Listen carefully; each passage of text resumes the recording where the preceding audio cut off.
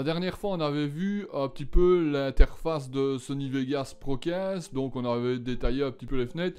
Aujourd'hui, on va commencer à faire nos premiers montages en vidéo. Donc, on va importer des fichiers vidéo, importer éventuellement un fichier audio, et puis on va commencer à faire nos premières découpes pour voir un petit peu ce qu'on peut faire. Donc, je vous propose qu'on se retrouve directement sur mon PC. Voilà, on se retrouve donc sur mon PC. Vous voyez qu'on est de nouveau avec un menu qui est à 0. Donc je vous rappelle, au cas où vous voudriez revenir à 0 dans le Sony Vegas, vous allez dans Affichage, Mise en forme des fenêtres, Mise en forme par défaut, et on revient à la mise en forme comme si votre Sony Vegas Pro était tout neuf. Donc ici, vous voyez que c'est, comme on l'a vu la dernière fois, c'est l'endroit où on va glisser, déposer les pistes. Donc on fait Fichier, Ouvrir. Vous allez voir ici, j'ai 2-3 fichiers que j'ai pu prendre à Fête Foraine. Donc si vous voulez en sélectionner un, bah, vous cliquez dessus et vous faites Ouvrir. Voilà, il va vous demander si vous voulez définir les paramètres là. Moi je vous conseille de mettre non, on va les régler à la main après. Et vous voyez donc ici que vous avez, comme d'habitude, la piste vidéo et la piste audio. Ici la piste audio est plate puisque j'ai pas pris le son. Donc si vous voulez rajouter une petite musique, donc alors elle fait ici vous voyez qu'elle fait 46 secondes et vous pouvez la déplacer en la faisant glisser comme ça et on voit un petit peu ce que ça donne. Si vous voulez, petite astuce, puisque ici la piste son ne sert à rien, si vous voulez désolidariser la piste audio de la piste vidéo, vous avez la touche U. Vous appuyez simplement, donc vous appuyez sur vous cliquez et sélectionnez la piste audio, vous appuyez sur la touche U et vous voyez que à ce moment-là la piste audio n'est plus sélectionnée et vous pouvez travailler séparément, décaler le son par exemple, bon ça sert pas souvent, mais vous pouvez aussi la supprimer parce que si vous ne la désolidarisez pas, voilà ce qui se passe. Je vais prendre une deuxième vidéo comme ça on aura plus facile de travailler. Voilà, donc si je prends celle-là et puis que je ne la désolidarise pas, ben, une fois que je supprime un des deux, ben, les deux se suppriment d'un coup. Donc vous voyez qu'ici elle est déjà ouverte une fois, il vous suffit de la sélectionner et vous la ramenez dans la piste de la vidéo. Donc pareil, ici je vais le sélectionner, j'appuie sur U et j'appuie sur supprime et vous voyez que je n'ai plus de piste son. Alors, on va y mettre éventuellement, si vous voulez mettre une petite musique, ben, il vous suffit d'aller chercher une petite musique. Donc, je vais aller prendre ça, ouvrir. Je dois avoir des trucs dans musique, peu importe ce que c'est. Je vais prendre la première, voilà, n'importe quoi. Et vous avez alors ici une piste musique. Hop, voilà. Ok, bon voilà, c'est pas plus compliqué que ça. Maintenant si vous voulez déplacer votre fichier, ben, vous le déplacez par rapport à votre musique. Et voilà, si vous voulez les grouper, ben, vous pouvez, comme on l'a déjà vu, vous pouvez zoomer avec la molette. Et vous voyez qu'ici vous avez alors une zone de transition. Et le temps de la transition, bon ça fait, ici on verra les transitions plus tard, mais...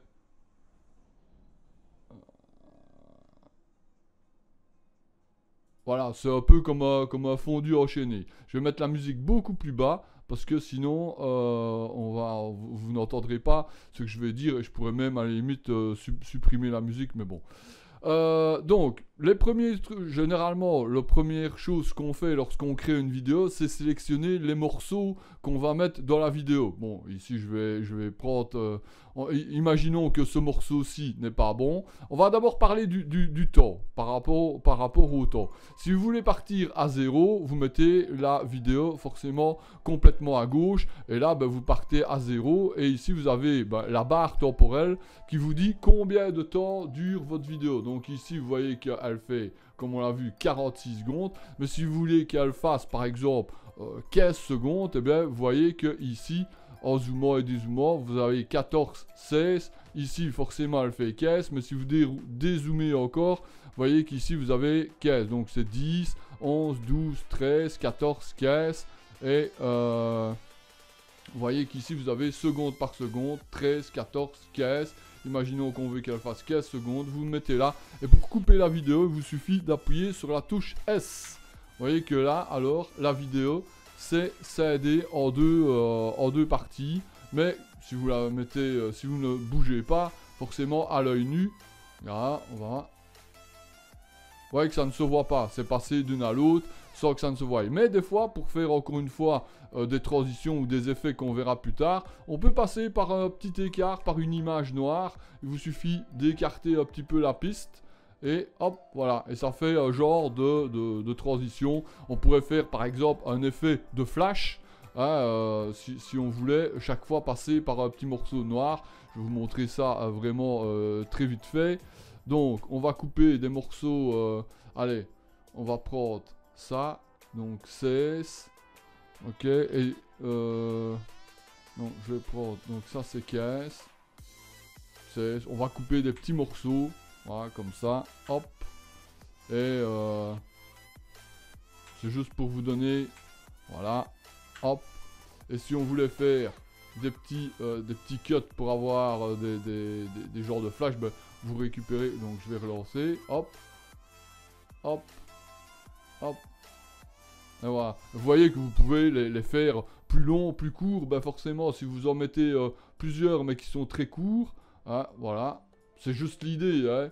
Ben, vous allez voir que, bon, voilà, ça fait vraiment des flashs. C'est une petite technique pour faire des transitions très rapidement et très facilement. Bon, c'est quand même relativement souvent utilisé. Donc, pour couper votre vidéo, vous avez vu que c'est tout simplement la touche S.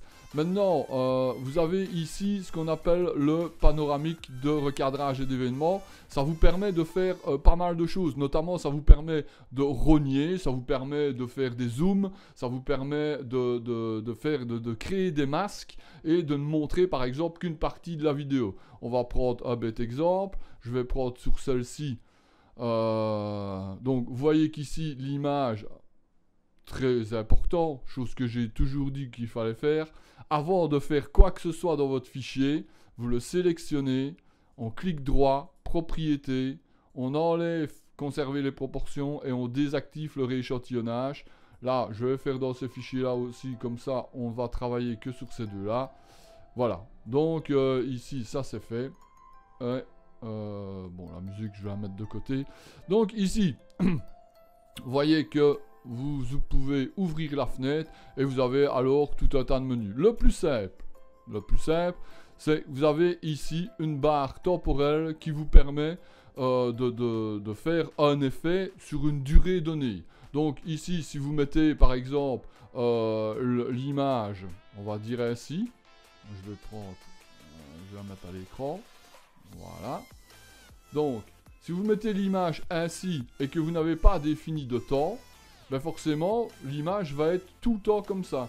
Donc, vous aurez un bord noir. Ça peut être utile si par exemple vous voulez vous mettre votre tête là ou bien un autre encadrement.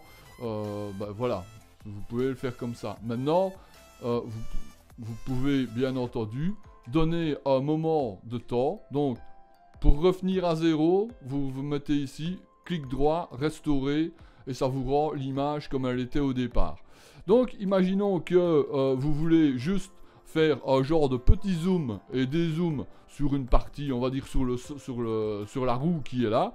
Et bien, ici, vous avez donc la barre temporelle. Et vous voyez qu'ici, vous avez encore de nouveau 5, 10, 15 secondes, etc., etc.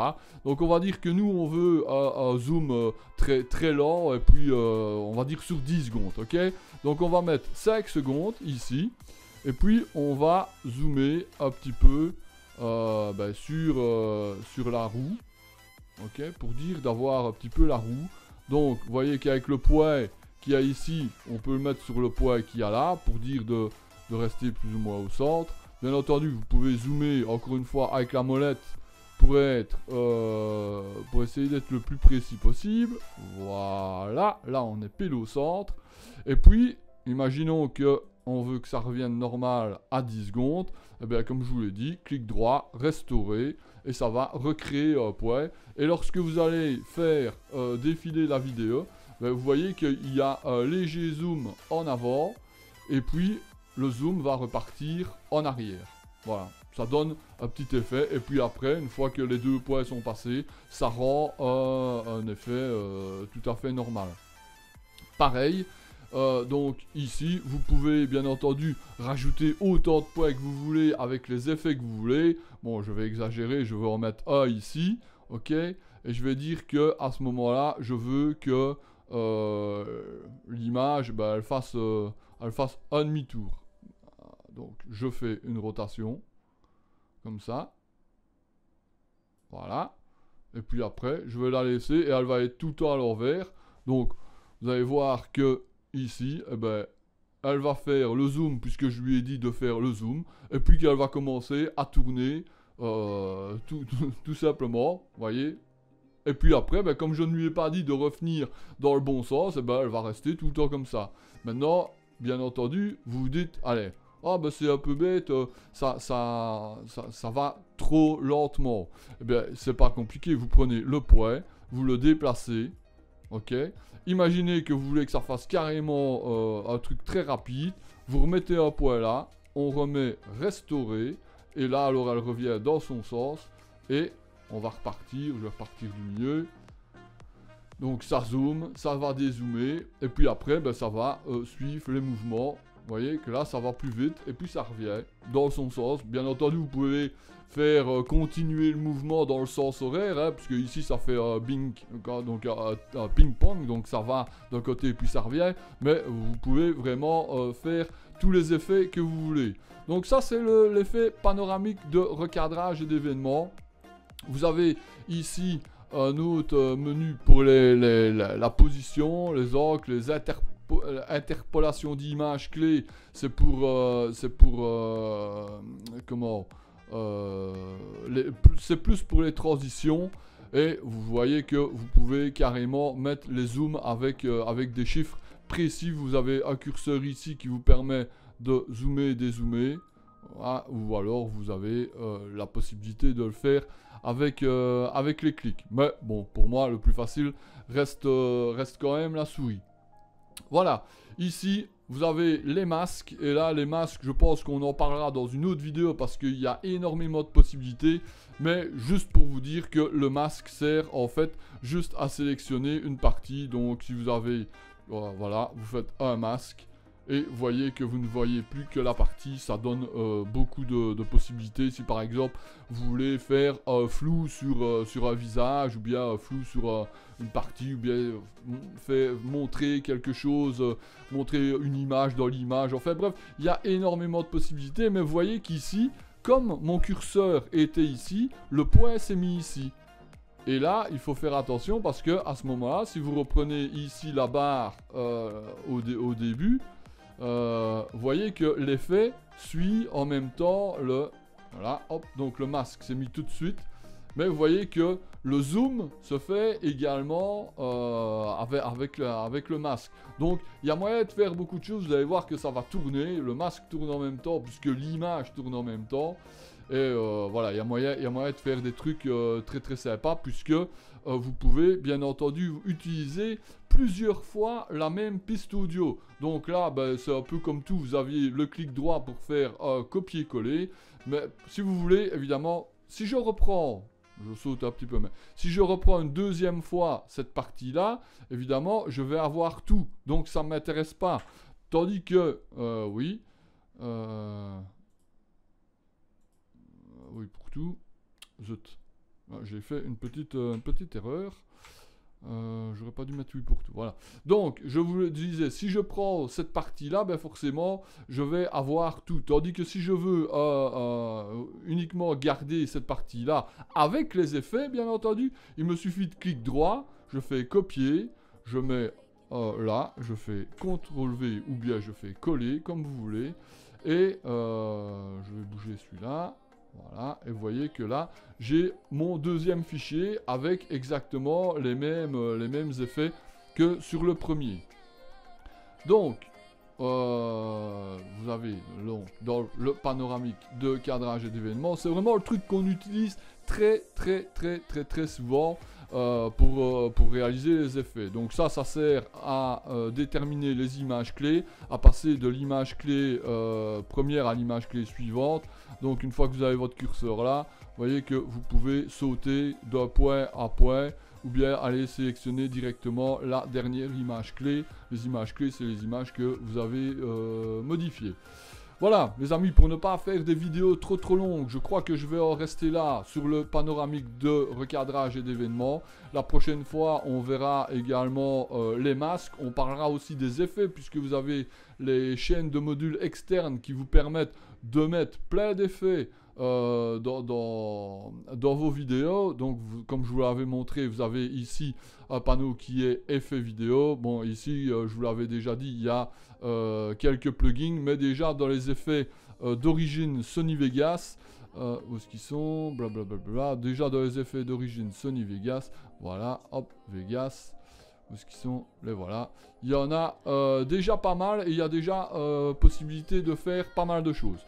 Les amis, on se retrouve très bientôt pour une nouvelle vidéo. N'hésitez pas à me dire si vous voulez un tutoriel particulier, c'est avec grand plaisir que je vous montrerai. Sinon, eh ben, on va continuer à suivre les étapes petit à petit pour découvrir ce fabuleux logiciel qu'est Sony Vegas. Je vais vous proposer également l'installation de Sony Vegas Pro 16, puisque ici on est sur le 15, mais la version 16 est sortie, donc je vais vous proposer à mon avis peut-être la prochaine fois je vais vous proposer l'installation et le paramétrage de Sony Vegas Pro 16. N'hésitez pas à me laisser un pouce bleu si vous avez aimé cette vidéo, un pouce rouge si vous n'avez pas aimé cette vidéo. N'hésitez surtout pas à me laisser un commentaire, partagez cette vidéo. Et puis, eh ben, nous on se retrouve dans quelques jours pour le prochain tutoriel. Salut!